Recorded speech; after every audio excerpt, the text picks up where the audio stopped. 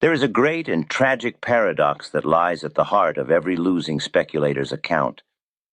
He will look at his ledger at the end of the month, a document written in the cold, unforgiving language of mathematics, and he will see a series of small, satisfying wins, each one a testament to his cleverness.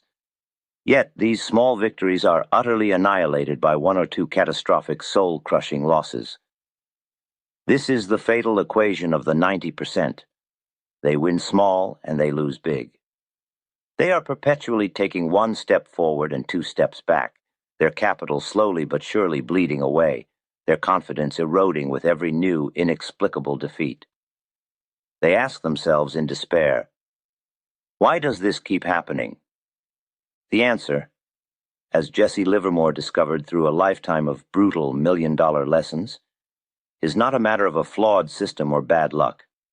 It is a matter of flawed psychology. The average trader is a prisoner of his own most basic and powerful human instincts. He is a slave to the twin forces of hope and fear, and in the speculative markets, these two great emotions are almost always inverted to his detriment. He is afraid when he should be hopeful, and hopeful when he should be terrified.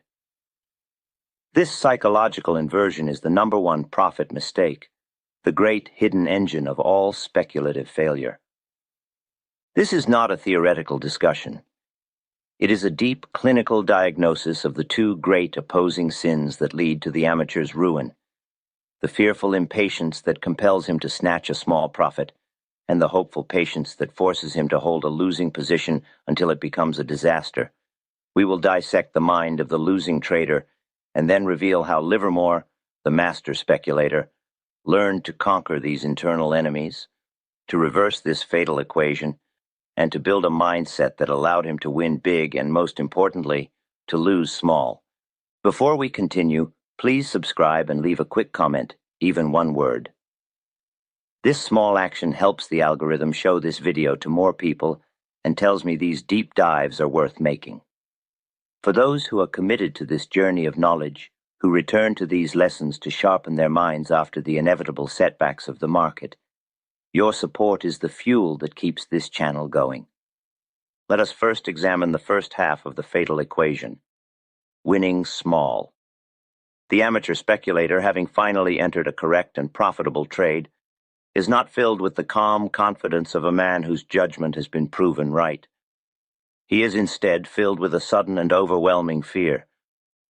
He sees the small green number on his ledger, a fragile and fleeting paper profit, and he becomes terrified that the next tick of the tape will erase it forever.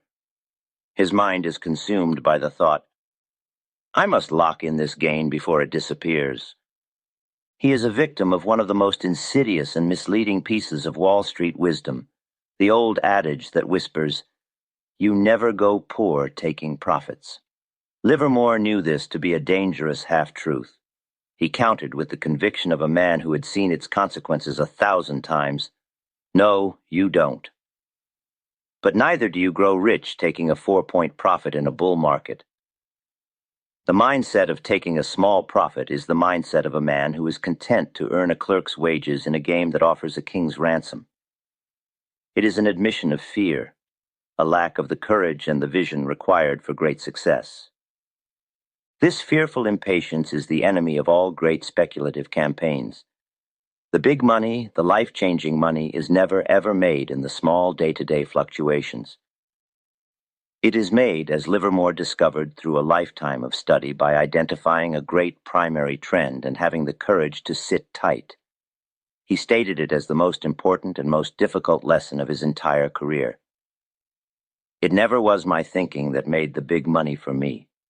It always was my sitting. Got that? My sitting tight. The impatient amateur cannot sit. His nerves will not allow it.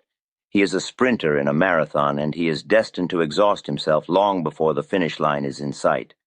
He will see a great bull market. He will correctly identify a leading stock, and he will even time his initial entry with skill. But he will sell out for a pittance, for a quick and easy gain that satisfies his immediate need for action and certainty, only to watch in agony as the stock continues its relentless 100-point march to the heavens without him. The great story of Old Turkey the wise trader Mr. Partridge from Reminiscences, is the ultimate antidote to this sin. While the younger, more impatient traders in the office were frantically buying and selling, snatching small profits on every minor rally, the old man would simply hold his position. When urged by a well-meaning friend to sell his stock and take a handsome 7-point profit, he simply shook his head and said, with profound and simple wisdom, "My dear boy, if I sold that stock now, I'd lose my position, and then where would I be?" What he meant was that he was in perfect harmony with the great primary bull trend. To sell now, to jump out for a small gain, would be to abandon his alignment with the market's most powerful force. He might not be able to get back in at such an advantageous price. He knew that the real prize was not the 7 points he had now, but the 70 points that the great trend was still to offer. He had the intelligent patience to sit tight because, as he so often reminded the others, "Well, you know this is a bull market." Livermore learned from men like Partridge the supreme importance of respecting the duration of a major trend. His method was to sit tight and let the great wave unfold. But one of his great contemporaries, William Gann, took this concept of time even further. While Livermore read the tape to feel the trend's health and duration, Gann attempted to forecast it with mathematical precision, believing that market cycles were governed by a natural, vibratory law. He sought to find the hidden order in time itself. To understand this fascinating and different approach to market timing, we invite you to explore our new channel, William Gann Trading Insights. The link is in the description below. The lesson from Old Turkey was a turning point for Livermore. He finally understood the great mistake he had been making. The desire to take a quick profit to cash in on a small move was not a sign of prudence. It was a sign of fear. It was the mark of a man who lacked the courage of his own convictions. A profit, Livermore realized, is the market's own validation that your judgment is correct. To abandon a position for which you have such powerful, tangible proof is an act of strategic folly. The 90% lose because they are afraid of winning big. They are so conditioned by their small, fearful mindset that they cannot comprehend the scale of a true primary move. They are content to scalp for pennies in front of a steamroller, and they are inevitably crushed when the great primary trend, which they have so timidly traded, finally reverses. Their profits are always small because their vision is always small. This is the first and most tragic half of their losing equation. Having now dissected the first tragic half of the losing speculator's equation, the fearful, impatient act of winning small, we arrive at its dark and devastating counterpart. The small 4-point profits, snatched with such nervous haste, are never enough to build a fortune. And they are, with a tragic and mathematical certainty, always and completely annihilated by the second half of the equation. Losing big. This is the great catastrophic blunder that keeps the 90% in a perpetual state of poverty. It is the single ruinous mistake that ensures that for every 1 step forward they take, they will inevitably take 2 or 3 or 10 steps back into financial ruin. The amateur speculator, who was so frantic and impatient to cash in his small profit, now, when faced with a loss, displays a level of patience that would be the envy of a saint. The same man who could not bear to sit with a winner for more than a day will now sit with a loser for weeks, for months, his capital and his spirit slowly but surely bleeding away. He has committed the greatest and most fundamental of all psychological errors. He has allowed hope to enter the speculative equation. Livermore knew, with the chilling certainty of a man who had been bankrupted by it, that hope is the speculator's deadliest enemy. In every other human endeavor, hope is a virtue, a source of strength and resilience. But in the cold, impersonal, and mathematical world of the stock market, hope is a poison. He wrote, "In speculation, when the market goes against you, you hope that every day will be the last day, and you lose more than you should had you not listened to hope. It is this hope, this desperate wishful thinking, that keeps a man chained to a proven mistake, that convinces him to hold on to a losing position long after the market's own clear verdict has been rendered. This brings us to the most infamous and destructive of all speculative sins, an act born directly from this poisonous well of hope, the act of averaging down. A trader buys a stock and it goes against him. The market is telling him with perfect clarity that his judgment was wrong. But his ego cannot accept this verdict. And so he is seduced by the voice of hope, which whispers a comforting lie. The stock is cheaper now. It is a better bargain.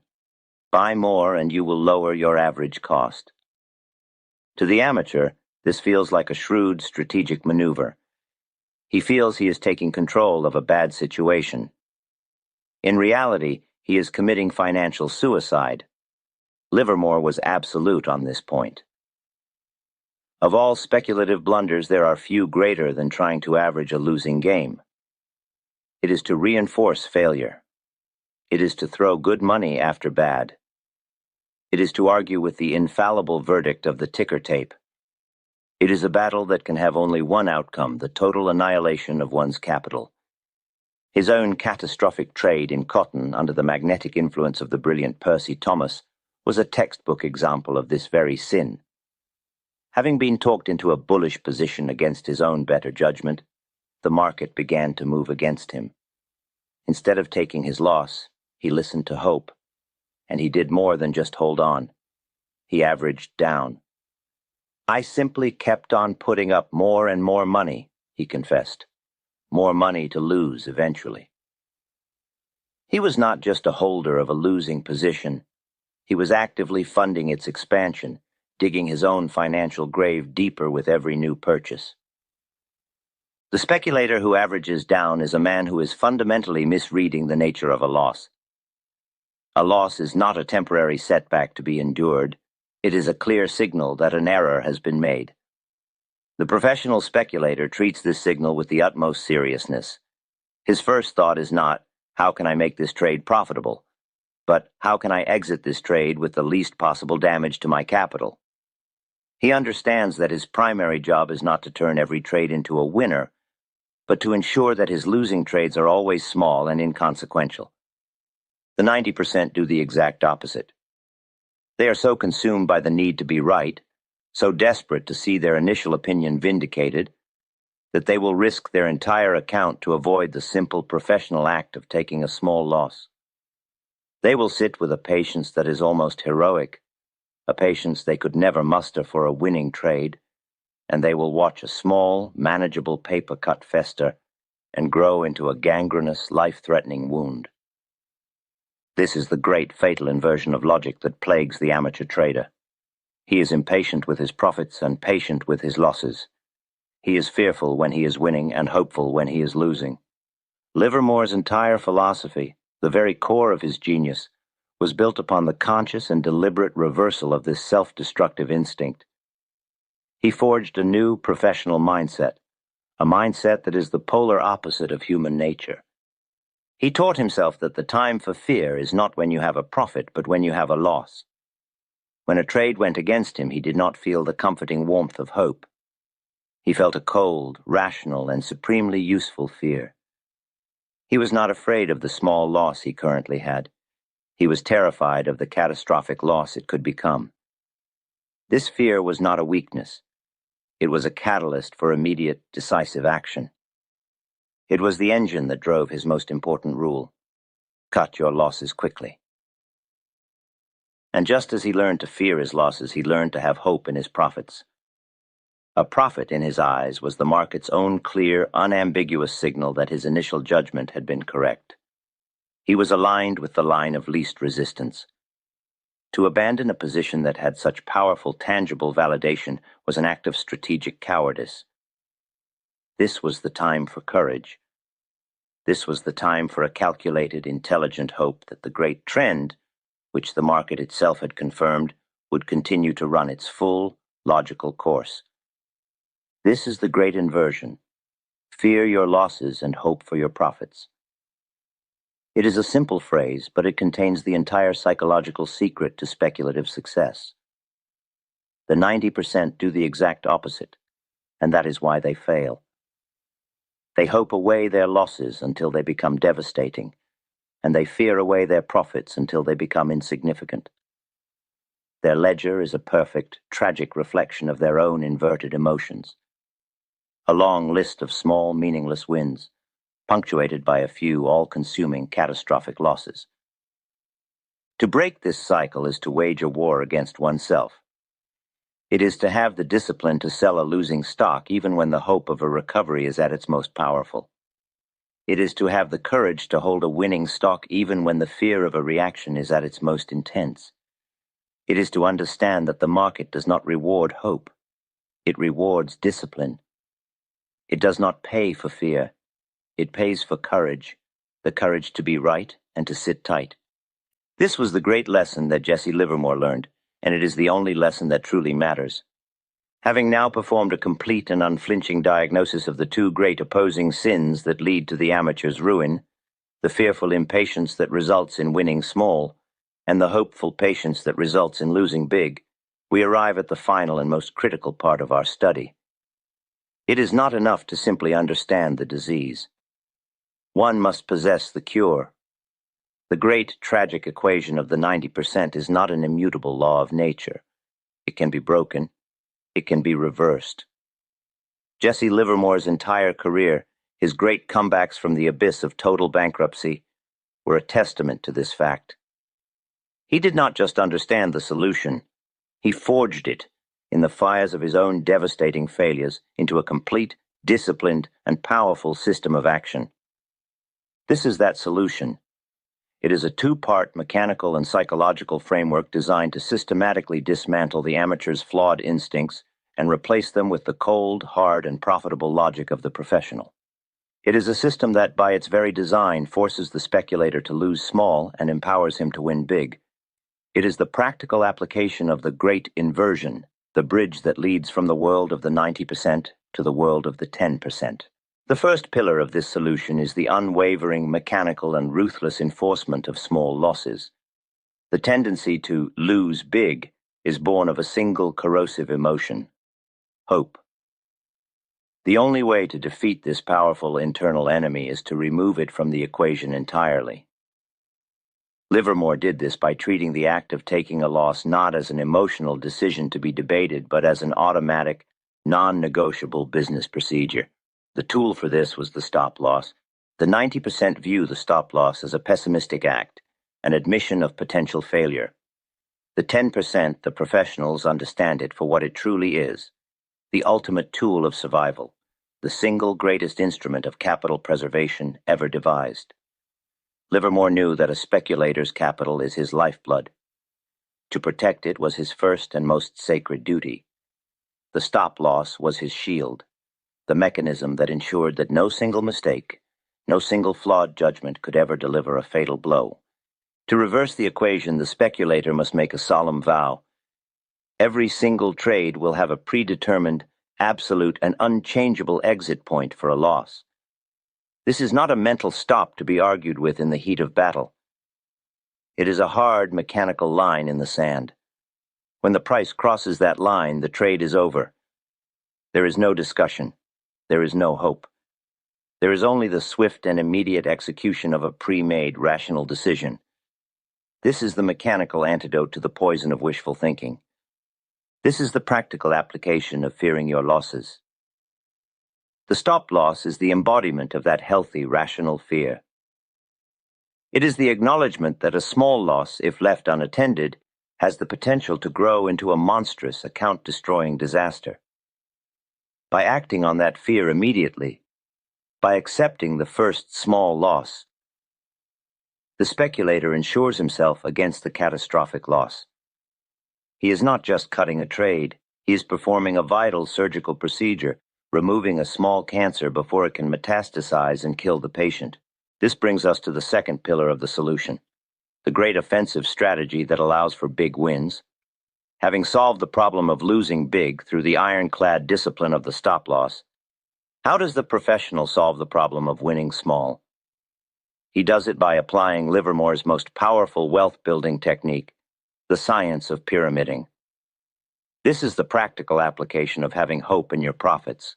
It is the engine that turns a correct decision into a life-changing fortune. The professional does not make one single, large bet. He begins, as Livermore did, with a small probe. If that probe shows a loss, it is cut immediately, as per the first pillar. But if it shows a profit, it is the market's own confirmation that his judgment is correct. This is not a signal to take a small profit. It is a signal to press his advantage. He then adds to his position, but only at a higher price. He is averaging up, reinforcing success, his commitment growing only in proportion to the market's own validation. This is the great secret to winning big. The pyramid, by its very design, ensures that the speculator's largest commitment is only ever made when he is already in a position of significant profit. The market itself is financing his increased exposure. The fear that cripples the amateur and forces him to sell too soon is replaced by a profound, evidence-based confidence. The professional has the courage to sit tight, to ride the great primary trend, not because he is a reckless gambler, but because his position has been built upon a foundation of proven, confirmed, and mathematically sound success. This two-part system, the ruthless, mechanical defense of the stop-loss and the courageous, disciplined offense of the pyramid, is the great solution. It is the machine that reverses the fatal equation. The stop-loss forces the losses to be small. The pyramid allows the wins to become big. Over time, the ledger of the speculator who follows this path will begin to look entirely different. It will be a record of many small, insignificant, and professionally managed losses, punctuated by a few glorious and truly magnificent wins. The great wins will pay for all the small losses, and for a great deal more besides. This is the difference. The 90% are trying to be right on every single trade, and in their quest for perfection, they are destroyed by their own emotions. The 10% understand that they will be wrong many times, and they have built a system that ensures their mistakes are always cheap and their successes are always monumental.